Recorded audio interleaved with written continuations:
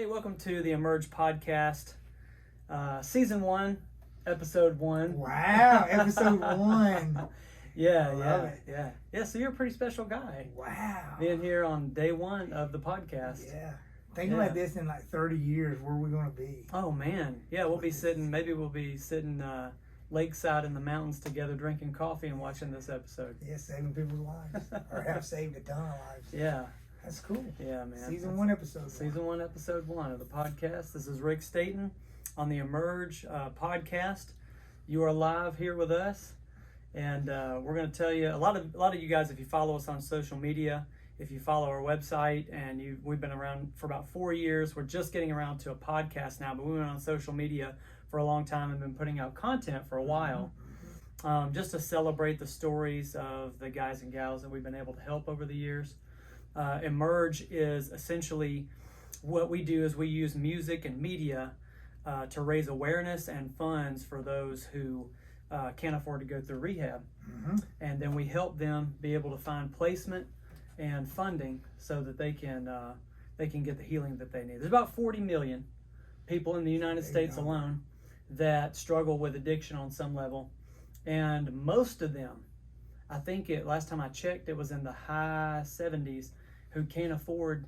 Wow, that's such a large number. Yeah. They don't have the resources. They don't have insurance. They don't have a job that'll pay for it, or relatives that'll pay for it. A lot of them have burned relationships in their lives to the point where they're just kind of alone. So we come alongside them, and we don't let them be alone. We walk through the process, and as you know firsthand, we walk through the process from beginning to end. So follow us on this podcast here. You can follow us on Facebook at Emerge Recovery. You can follow us on Instagram. It's at Emerge Recovery ENT for entertainment. Follow us on social media. Like and subscribe to our YouTube channel. And we're going to do something for our followers. We're going to do something for our super fans. This week we're going to give away a t-shirt. Oh, wow. Yeah. Dude, I Feast need your one eyes, baby. They're getting one. I need one. Yeah, I'll send you one. Okay. I'll send I'm you getting one. a shirt. I'm getting a shirt. Yeah, Rick's going to get a shirt for being on the show. But this is our first piece of merch, piece of merchandise. Cool. Yeah. And whoever shares this video the most times is going to get. Help me. Dude, we need to be selling these too. We do. Shirts. We do. They're going to be available on the website. On the back it says "Get High," and then scratched out, and instead it says "Get Help," and then it's got the website. I wear this at the gym all the time. I got my own. I wear mine at the gym all the time, and it's a good conversation piece. I bet it is. People come along, and they go, "What is Emerge?" And it says "Get High," and the scratched out "Get Help." And this is a really good conversation starter. I can only imagine, especially somebody that. Hey, you may or may not need this. That's a good shirt. Yeah. A lot of people come up to me at the gym and they're like, "Hey, what do you do?" And then I'm able to explain, kind of what we do. And they're like, "I've never really heard of anything like that before. It's pretty cool." So if you know somebody who needs help, go to emergeonline.net. All of our contact information is there. And don't wait. Call today and let us help you, help them, or let us help you. This is my great buddy, Rick Staton. He is a baller. He is a beast. Beast I'll go with. He's got arms the size of my neck. I'll do it. One day I'm gonna get back to that one day. I'll share my story later. I got in an accident and lost about 15-20 pounds last year. He's a miracle. He's lucky to be here. You're a miracle. You're a miracle too. Yeah, why don't you tell us a little bit about your story? Wow, okay. And just how you and I came into a relationship, and just talk about how you got associated with Emerge, and where you were and where you are now. Yes, we'll make it like a quick story. We won't do the full length story, but guys, so I met Jeff probably 2-3 years back. I was in active addiction. For me, what that looked like was any type of pill form, sleeping pill, pain pill, nerve pill, whatever pill I could find to make me not feel a certain feeling, that's what I was going for. Back then, my thing was sleeping pills, and people used to ask me, "How can you take these sleeping pills? How can you do it?" Didn't you have some rehabs tell you, "Hey, go get addicted to a real drug"? And They would tell me to leave. They was like, "Hey man, go get addicted to crack or meth and come back." I mean, what horrible advice! Right, exactly. But no, guys, for me, I mean, all addiction's serious, so we got to take it for real, right? 100%. But for me, it was.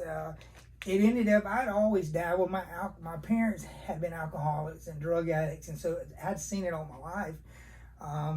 But I guess when I really got acclimated to it, I knew about Christ, and I knew that wrong and right. But I went down a dark road and ended up joining a motorcycle gang right out of high school.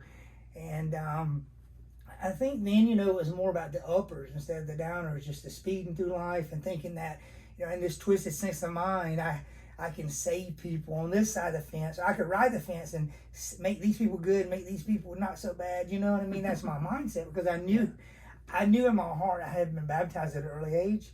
But I was lost. I was looking for a father figure. And so for me, I ended up, I'd been battling with addiction, PTSD, probably off and on for 10 to 15 years. And so finally, I'd been into prison one time, had lost that time with my oldest son, now 17.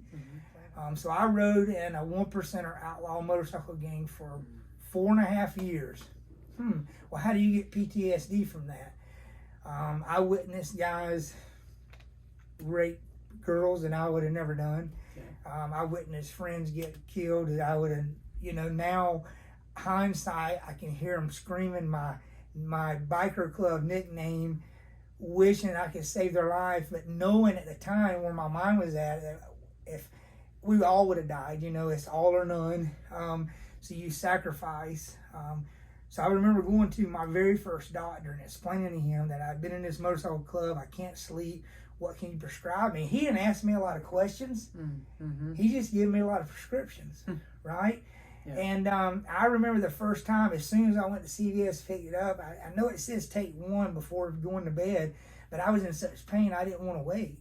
And I think I took 2 or 3. And years of that led to I would take 30 a day, right? So the normal person, Jeff, 30 Ambien, takes 1 Ambien to go to bed to sleep 8 hours. I would take 10 at a time, go to work, and I would take up to 30 in one day. Wow. So on the average, I was spending about 300 to 400 hours a week on just those alone. And you don't hear a lot about people abusing sleeping pills. Right. Like that's not, Which one I think this is a good story. Yeah. So I also want to put the story out there and keep the battle, because people ask me, why even tell people about it? But why not tell people about it, right? Yeah. Well, the book of Revelations in the Bible, it says that they overcame him by the blood of the Lamb and the word of their testimony. So that's 2 things, because the word of your testimony is your story. And that's how you overcome, is by sharing your story. Yeah, I agree with that. Yeah, you have to share your story. And the blood of the Lamb, what the blood of the Lamb does is it takes away the shame of your story, because the blood of the Lamb paid the price for your sin. Yeah. And so we no longer have to be ashamed of our past. We no longer have to be ashamed of that, because it's covered by the blood of the Lamb. So we overcome by the blood of the Lamb and the word of our testimony. Yeah. So sharing your story is super powerful, and God's going to use you, I believe, that you and I are going to go all over this nation together, and that we're going to tell your story and tell the story of what we're doing with Emerge, and we're going to see millions and millions of people get free. Dude, listen, I'm not supposed to be here. Yeah. I had a conversation at work the other day with a guy. I'm like, dude, talk about that a little bit, because our listeners that's might where not I know want that to story. go. Yeah. So I want to go back to August 2018. I'm battling, I'm fighting, and I'm a fighter, Jeff. If you ever meet me, I'm a fighter. And I've been asking my mom about counseling, and but I was down. I was at my wit's end, and I got into a little bit of trouble. And so finally I was like, you know what, I'm going to commit suicide. And I started feeling joy in the thought process of committing suicide. Like, I thought about my kids, and I thought, well, nobody's going to miss me. Then I started visualizing people at my funeral. I wake up angry, mad, frustrated, sad, every emotion you could feel. This was this guy. And I remember driving home. My mom, my sister, just met both of them. They're sweethearts. They had everybody in the county of Greenville looking for me. So my sister had a guy break into their house a few years before, and nobody thought much of it. The guy was on meth. He didn't have a family. Lost touch with his kids. Nobody thought much of it, right? Well, fast forward a couple of years. My brother-in-law now, his brother was on Facebook strolling, and he sends a message to my brother-in-law and says, "Hey, is this not the guy that broke in y'all's house? Check this guy's story out. He went through Emerge. He went to a rehab with Emerge, and guess what? He's clean. He's got a job. He's living with his kid. He's living for Jesus." And he's like, "Y'all, you need," and so they sent it. It was weird. And this guy, now Jason, my brother-in-law's brother, didn't know all that was going on in my life. He just knew some issues. My sister immediately forwards this information to me. Boom, boom, boom. And I'm not in the right mind to kind of dissect the whole thing. And so I remember somehow through that transaction, she got a hold of your email address. Mm-hmm. And so I remember it was a Thursday morning. I said, "I've been a drug addict for 15 years. I just tried to commit suicide. If you can help, please help." Boom. Mm-hmm. And within 10 minutes, me and you were on the phone talking. Yeah. You remember that? I do.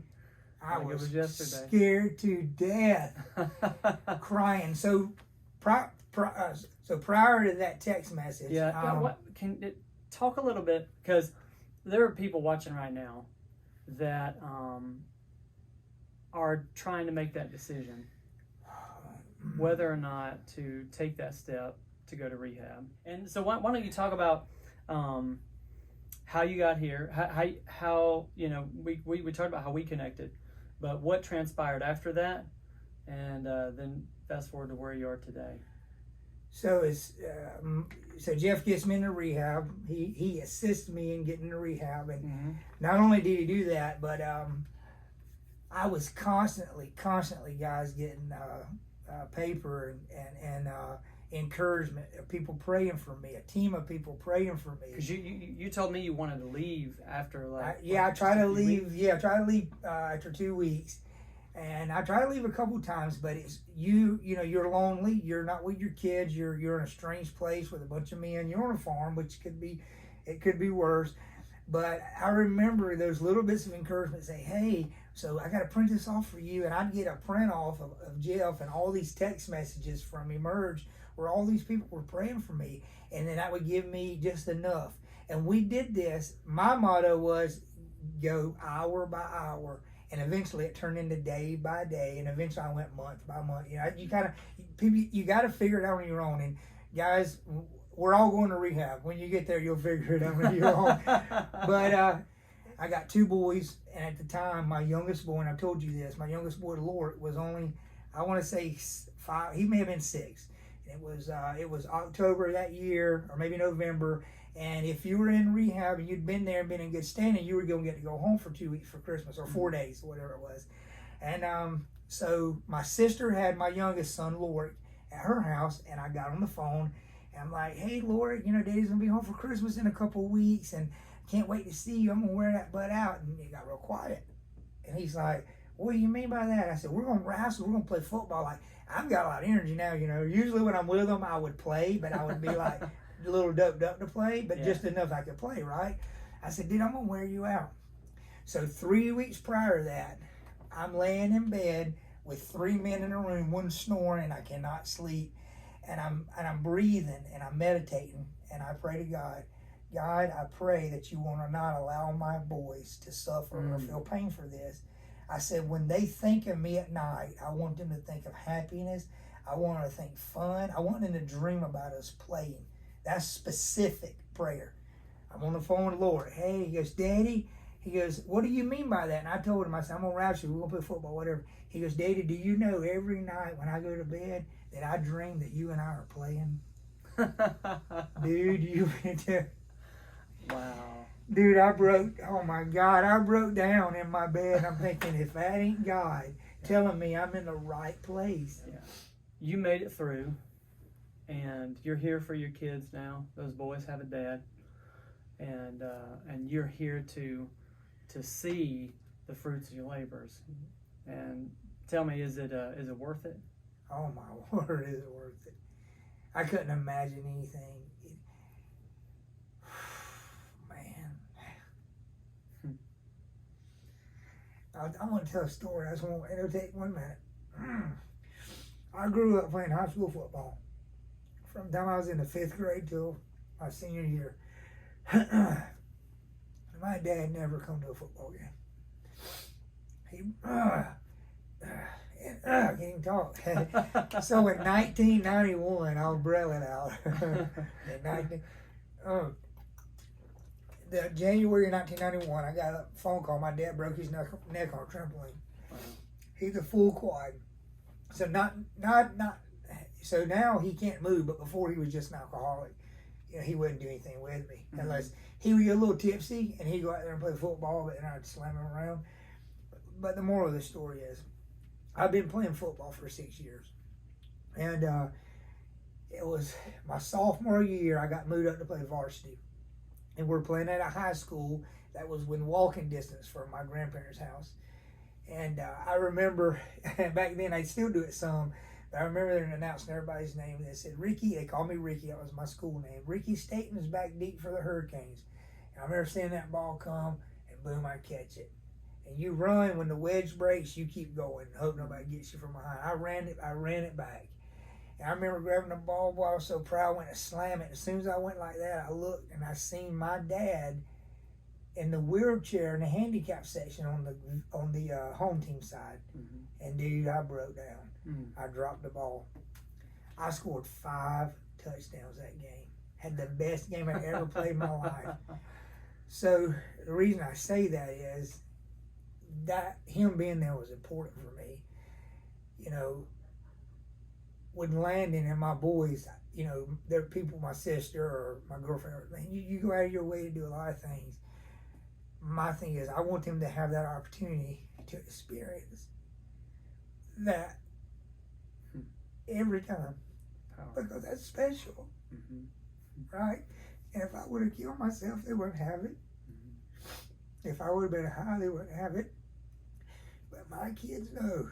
They know now, without a doubt, if they look up in them stands, they don't know where I'm going to be, but they know I'm going to be there. Right? If I got to drive from Atlanta, Georgia to do it, I'm showing up. That's awesome. So it was important. Yeah. That's awesome, buddy. So it's worth it. Yes, it was worth it. It's worth the fight. It's worth the fight. So if you're watching this, wherever you're at, and you don't think you're worth it. Now I'm going to get emotional, dude. Stop it. I'm sorry. You don't feel like you're worth it. You are. You are worth it. If you don't have any children to care for, if you don't have any family, if you don't have a special significant other, you, all by yourself, are worth it. And you're enough. You're enough that God sent His Son to die for you, and that He created you specifically for this moment in time. And you're needed here and now, and God has something amazing for your life. And Rick is living proof of that, and what God can do with a life that's submitted to Him. Yeah, it's worth it, buddy. It is. It's not always easy, but you know what? You're always going to smile. Yeah. Right? When you get on the other side of it, you're going to realize that it's worth it. Yeah. It is. And then what happens is you start to meet people, you know, and that's where God wants us to become teams. I think that's when we're stronger. Now, instead of one person holding up a wall, we got all these people holding up this big wall. Right? They ain't nobody breaking through. Yeah. Shoot, I think we've got probably 70 partners, you know, right now. Right. Think about that's just a big we wall. Speak, maybe it's between 70 and 80 partners right now. That's crazy. And a lot of them hand wrote you letters. Yeah. While you were in they rehab. sure did. And that's the power of the team. And that's, you know, that this is what we do. You know, so if you're struggling, you know, you can call. I'm going to put the number on the screen. So you can call the number on the screen and get help. You can talk to me. You can talk to Rick. Yeah, definitely.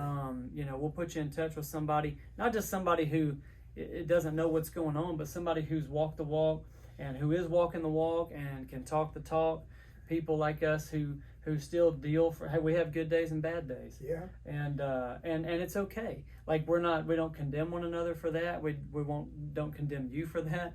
You're going to have ups and downs, but there's power in community. That's right. There's power in community. 100%. Yeah, so that's why we started Emerge, was for those people that are kind of on the fringe. Not everybody is able to even get to a rehab. Most people are not able to get to a rehab. Yeah. I mean, it's hard enough for our team to find beds. We're calling all over Atlanta, all over the Southeast, trying to find people a bed. And if you're high, I mean, you can't even tie your shoes. Yeah, yeah. It's like, how are you going to find a bed? With. How are you going to find a bed? You know what I mean? Yeah. And that's so we move all the obstacles out of the way. We do the hard work. And you can attest to this. But we never left you throughout the entire process. We were with you all the way through it. When you got out, we helped you get a job. Yeah. And now gave me a place to stay. We got your place to stay. You got a job, and not just a job. I mean, you make a great living. Yeah, I do really well. Yeah. You do really well. So, and we were there. We helped you to step it all the way out, and even beyond that. And now, what is it, like almost 3 years later? Yeah, right. And You're still here. We're still here. You know what I mean? It's like we're not leaving. Yeah, we're not leaving. I told you we were friends for life. It was crazy when I met him, and I remember telling my sister, I said, "Me and this guy are here. We're gonna be buddies forever." And sure, and we have. You know, we really have. Yeah. We got a lot in common. We got a lot of similar interests, and but at the end of the day, I think your compassion and my compassion to help other people is real similar. Yeah, and that's what it boils down to. If you feel like nobody's on your side and you're watching this podcast, you got two guys right here that are on your side, and we love you. And all you got to do is pick up that phone and call, and we'll talk to you. We'll move you. Heck, it doesn't even matter if you're on the other side of the nation. We don't really care. Yeah, we'll come get you. We'll come get you. We'll get an airplane ticket. We'll come and get you. We'll figure it out. We'll get you over here with us. And you can join the Emerge family, join the Emerge team, and you can get help. Before it's over, though, you will have a gym membership. That's right. Probably you're a gym. Yeah, I'll laugh. Yeah, that's right. Well, thank you guys for watching tonight. We love you again. If you need help, go to emergeonline.net or call the number on the screen. Don't hesitate. Call us today. We're here for you, and we're waiting to help you. This is our passion. This is what we're excited about. This is what we live for. Yes. We're here. We're living to help you. So we love you. God bless you, and have a great evening. Thank you.